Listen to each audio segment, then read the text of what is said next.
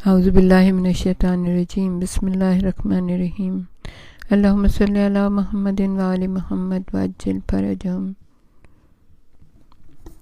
ان للہ و انا الیہ راجعون رضا بقضائہ و تسلیما لامرہ۔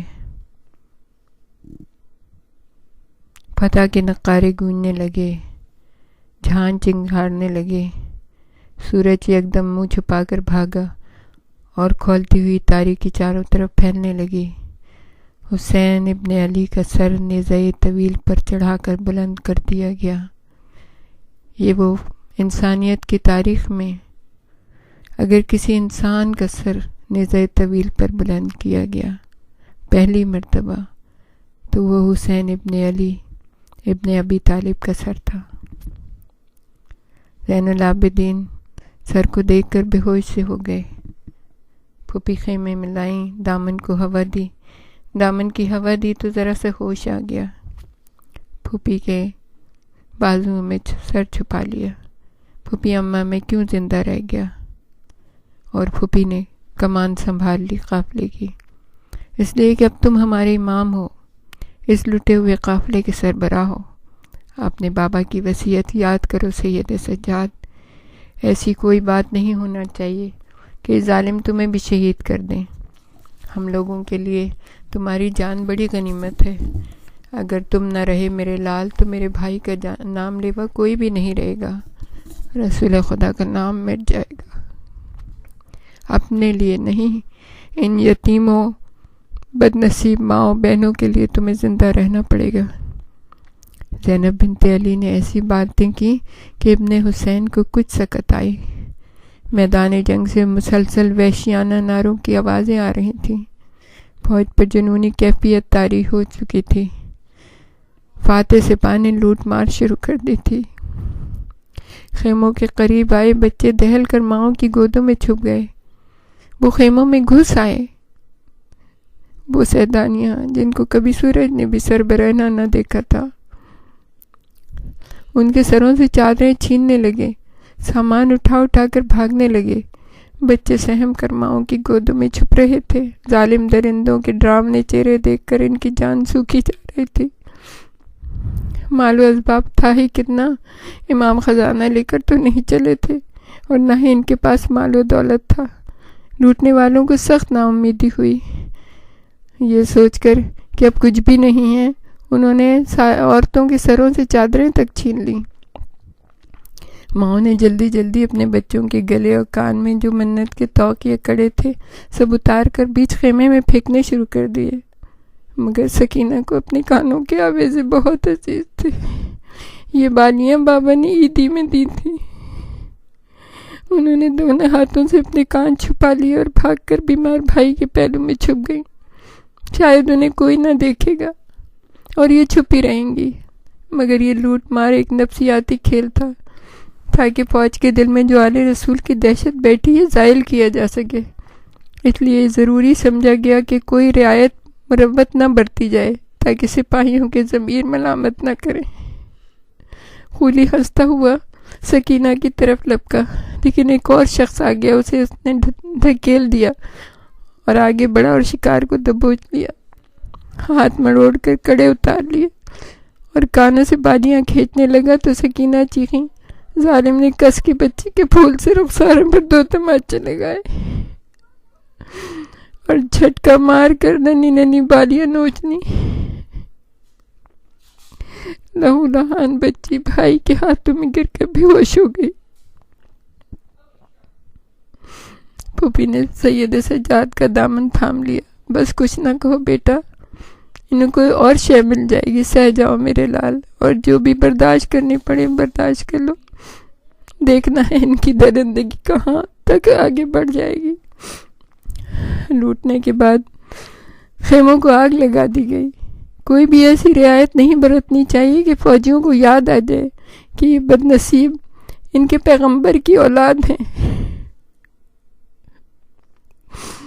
کوئی یہ نہ کہے کہ یہ پیغمبر کی اولاد ہیں۔ یہ ڈرامہ پوری آن بان سے کھیلا جانا چاہیے۔ آگ لگتے ہی زینب بنت علی کو بھائی کے الفاظ یاد آ گئے، اے علی کی دلیر بیٹی، ہمت کو ہاتھ سے نہ دینا، تم اس لٹی ہوئی فوج کی سپہ سالار ہو۔ اور خیبر شکن کی بہادر بیٹی نے اپنا کردار نبھا، بکھرے خاندان کو دونوں ہاتھوں سے سمیٹ لیا۔ خیموں میں آگ لگنی شروع ہوئی تو جلدی جلدی سب کو جلتے ہوئے خیموں سے ہٹا کر دوسرے خیموں میں پہنچانا شروع کیا۔ خیمے اس طرح قطار میں نصب کیے گئے تھے کہ ایک کا دوسرے کے در سے جڑا ہوا تھا۔ بچوں اور عورتوں کا برا حال تھا، چلا بھی نہیں جا رہا تھا۔ پیاس اور نقاہت سے چکر پر چکر آ رہے تھے، روتی تھی مگر آواز نہ نکلتی تھی۔ سروں پر چادریں بھی تو نہ تھیں، شرم اور ذلت کے مارے دوہری ہوئی جا رہی تھی۔ زینب ایک ایک کا ہاتھ پکڑ کر کھینچتی، کسی کو چمکارتی، کسی کو سختی سے ٹوکتی۔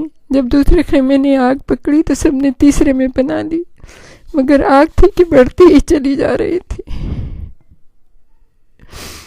آخر کے خیمے پہنچ کر زینب نے علی زین العابدین سے پوچھا، بیٹا تم امام وقت ہو، اب کیا حکم ہے؟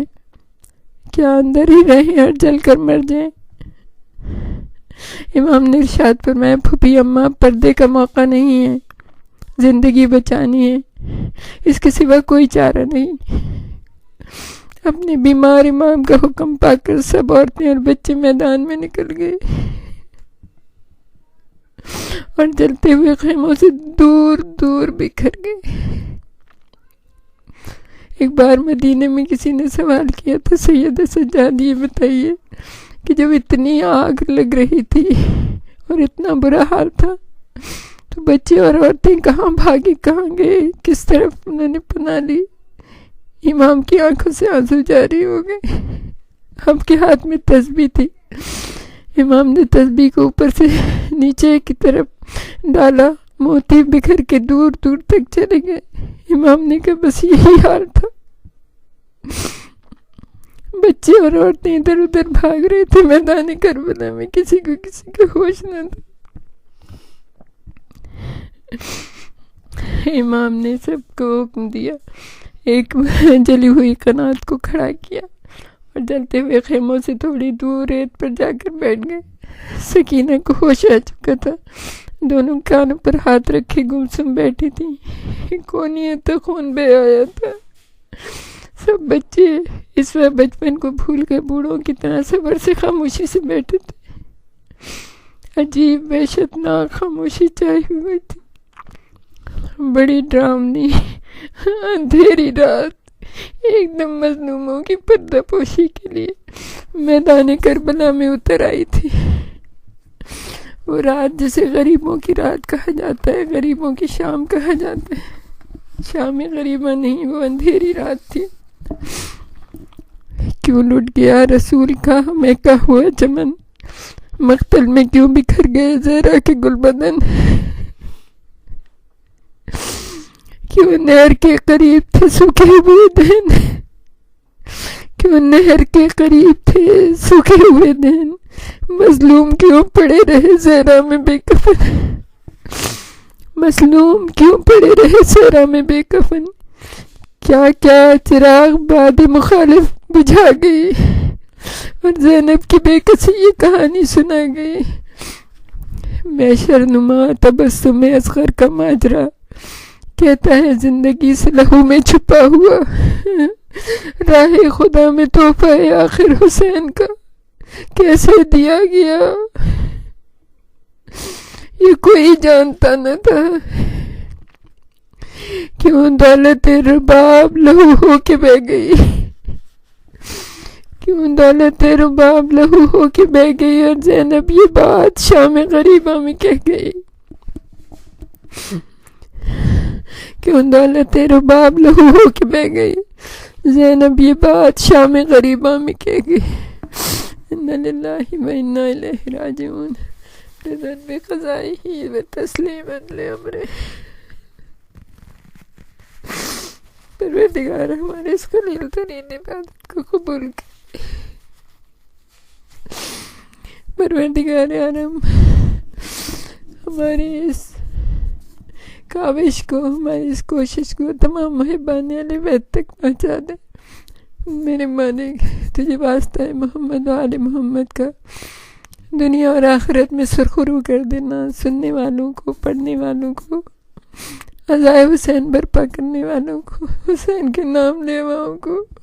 پروردگار ہم سب کو جوار معصومین میں رکھنا، قیامت کے دن امام عالی مقام کے نانا کی شفاعت اور بابا کی شفاعت اور ماں کی اور بھائی کی شفاعت نصیب کرنا۔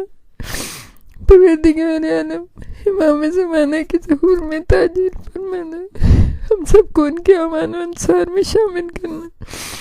ربنا تقبل منا انک انت السمیع العلیم وتب علینا انک انت التواب الرحیم۔